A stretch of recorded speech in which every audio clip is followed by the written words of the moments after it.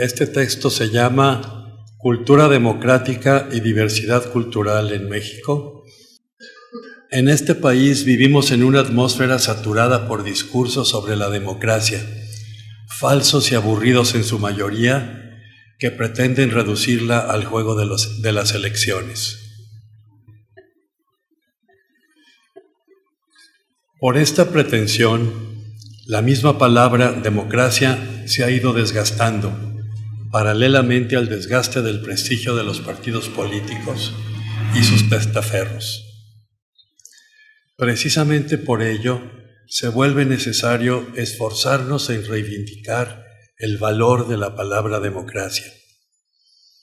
Soy consciente de mis limitaciones para disertar sobre esta palabra, pero no rehúso el desafío.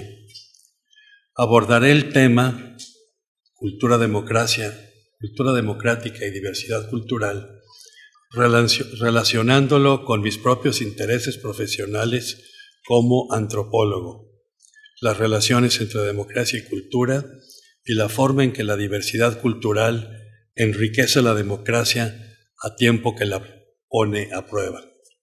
En la democracia hay dos componentes constitutivos.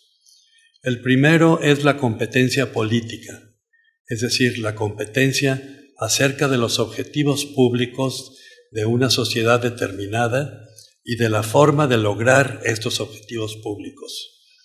Entonces decía, el primer componente es la competencia política entre actores individuales y colectivos que tienen ideas e intereses diferentes y que aceptan que esas diferencias son válidas y legítimas.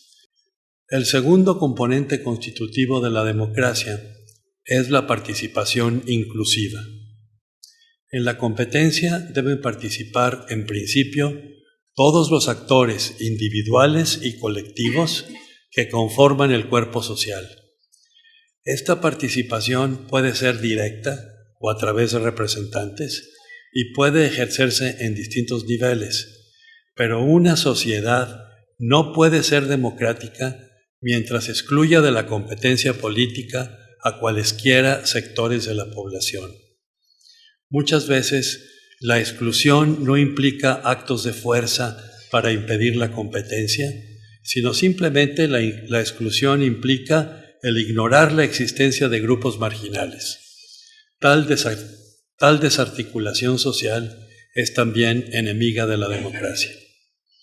Deseo referirme a otro tipo de exclusión que se conecta con lo que podríamos llamar el problema de la disidencia cultural.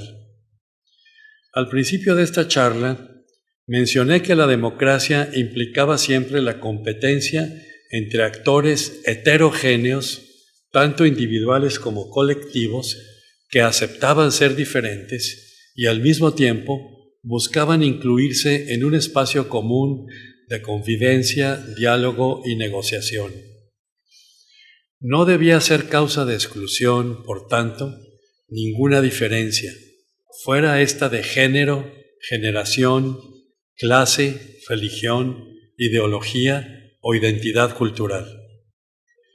El avance democrático va haciendo posible conciliar las diferencias sin abolirlas, pero lo que ha resultado más difícil ha sido conciliar las diferentes culturas étnicas y las diferentes identidades étnico-culturales con el proyecto de Estado nacional que ha prevalecido en el mundo occidental a partir de la Revolución Francesa. Ahora bien, lo que en realidad ocurrió no fue que se creara una cultura nacional por consenso, sino que la cultura de los grupos dominantes económica y políticamente se impuso o se quiso imponer como cultura nacional. Sabemos que en México durante el siglo XIX el Estado liberal jacobino quiso abolir las diferencias culturales e identitarias de los pueblos indígenas y desconocer su existencia jurídica. Si bien la intención era incluirlos como ciudadanos, el resultado fue el despojo de los patrimonios de los pueblos y la exclusión económica, social y política de las personas. En suma, en la construcción de una cultura democrática en nuestro país, un elemento esencial y todavía faltante tiene que ser el reconocimiento y la valoración positiva de la diversidad cultural y de la pluralidad étnica, representadas fundamentalmente, como dice la Constitución, por la realidad viva de nuestros pueblos indígenas.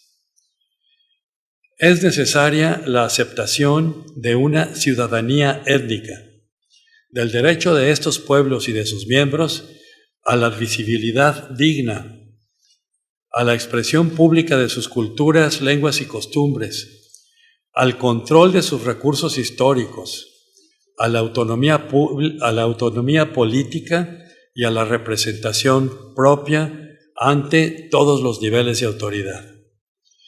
Estos derechos ya están en buena parte codificados constitucionalmente, pero aún hay una gran carencia de legislación secundaria que garantice y judicialice su respeto y su defensa. Con todo, no es solo al gobierno al que corresponde actuar en favor de la inclusión indígena. Desde la sociedad civil estamos igualmente obligados a comprometernos con ella existencialmente si no queremos que el avance ciudadano y la cultura democrática no sean simplemente discursos vacíos. Guillermo de la Peña inicia su ensayo situándose en un contexto donde la democracia ha sufrido un intenso desgaste y se pregunta qué es lo esencial de la democracia. Guillermo de la Peña reflexiona en términos abstractos sobre dos componentes constitutivos de la democracia: la competencia política, incompatible con una moral o un pensamiento únicos, y la participación inclusiva, factor cuya ausencia descalifica a sociedades que se asumen como democráticas, pero excluyen de la competencia política a amplios sectores de la población. Los datos disponibles en el informe 2016 del Latinobarómetro confirman ampliamente las afirmaciones de Guillermo. En un contexto en el que el apoyo a la democracia ha disminuido de manera drástica en varios países, como Brasil, ligada a una profunda crisis política, o de manera más moderada en Chile, Uruguay y Venezuela, Nicaragua, El Salvador, en México se puede hablar de estancamiento. Sin embargo, algo realmente grave es que en promedio en América Latina y en 11 países de esta región, el apoyo a la democracia es mayor que en México. En México, solo el 48% de la población considera que la democracia es preferible a cualquier otra forma de gobierno, mientras en países como Ecuador, Uruguay, Argentina y Venezuela, entre un 67 y un 77% de la población apoya la democracia, aún en situaciones muy difíciles. Este dato cobra mayor importancia si se considera que en 2005 el 59% de los encuestados apoyaba la democracia en México, es decir, 11 puntos porcentuales más que en la actualidad. En México, solo el 50% de los encuestados considera que la democracia es un contexto adecuado para la resolución de problemas, mientras en América Latina el 60% está de acuerdo con esta afirmación y en 11 países el respeto a la democracia como un espacio ideal para la competencia y la participación fluctúa entre el 61 y el 72%. En lo que corresponde al tema de la calidad de la democracia, en promedio, solo el 40% de los ciudadanos consideran que los políticos se mueven con autonomía, mientras el 60% restante piensa que responde a intercambios clientelistas. Esas son las mismas proporciones que prevalecen en México, mientras en Costa Rica, Ecuador y República Dominicana casi el 50% confía en la autonomía de los políticos. La baja calidad de la democracia mexicana se expresa también en el porcentaje de ciudadanos que consideran que el país está progresando. En México, solo el 19% considera que esto ocurre. Esto contrasta con países como República Dominicana, Nicaragua o Bolivia, donde el porcentaje fluctúa entre 46 y 58%. Esto significa que en nuestro país más del 80% de los ciudadanos no percibe ningún progreso. De hecho, en 2013, el 46% de los mexicanos encuestados consideraban que la situación económica era muy mala, mientras en América Latina esa era la percepción de solo el 29%. Ese mismo año, solo el 23% de los encuestados en México consideraba que su situación personal, económica, era muy buena, mientras en países como Brasil, Argentina, Uruguay y Ecuador, ese porcentaje fluctuaba entre 43 y 52%. Además, en el caso de México, solo el 19% consideraba que la distribución del ingreso era justa, frente al 58% que pensaba lo mismo, por ejemplo, en Ecuador. La envergadura de la crisis del Estado de Derecho y su inoperancia para garantizar bienestar a escala social se expresa en el hecho de que 30% de los entrevistados consideraba que el principal problema de México es la delincuencia y un número casi idéntico consideraba más importante el problema económico.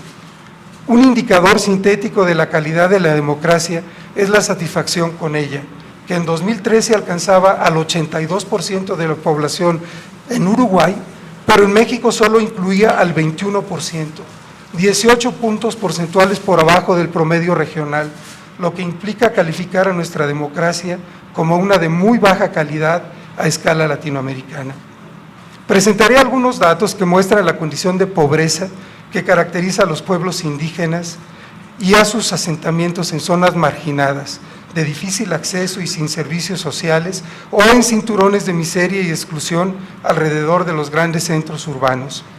El Coneval, en 2014, señala que existe una relación directa y positiva entre la pobreza y el volumen de la población indígena. Donde la población indígena es mayor, la mitad de esta experimenta una condición de extrema de pobreza.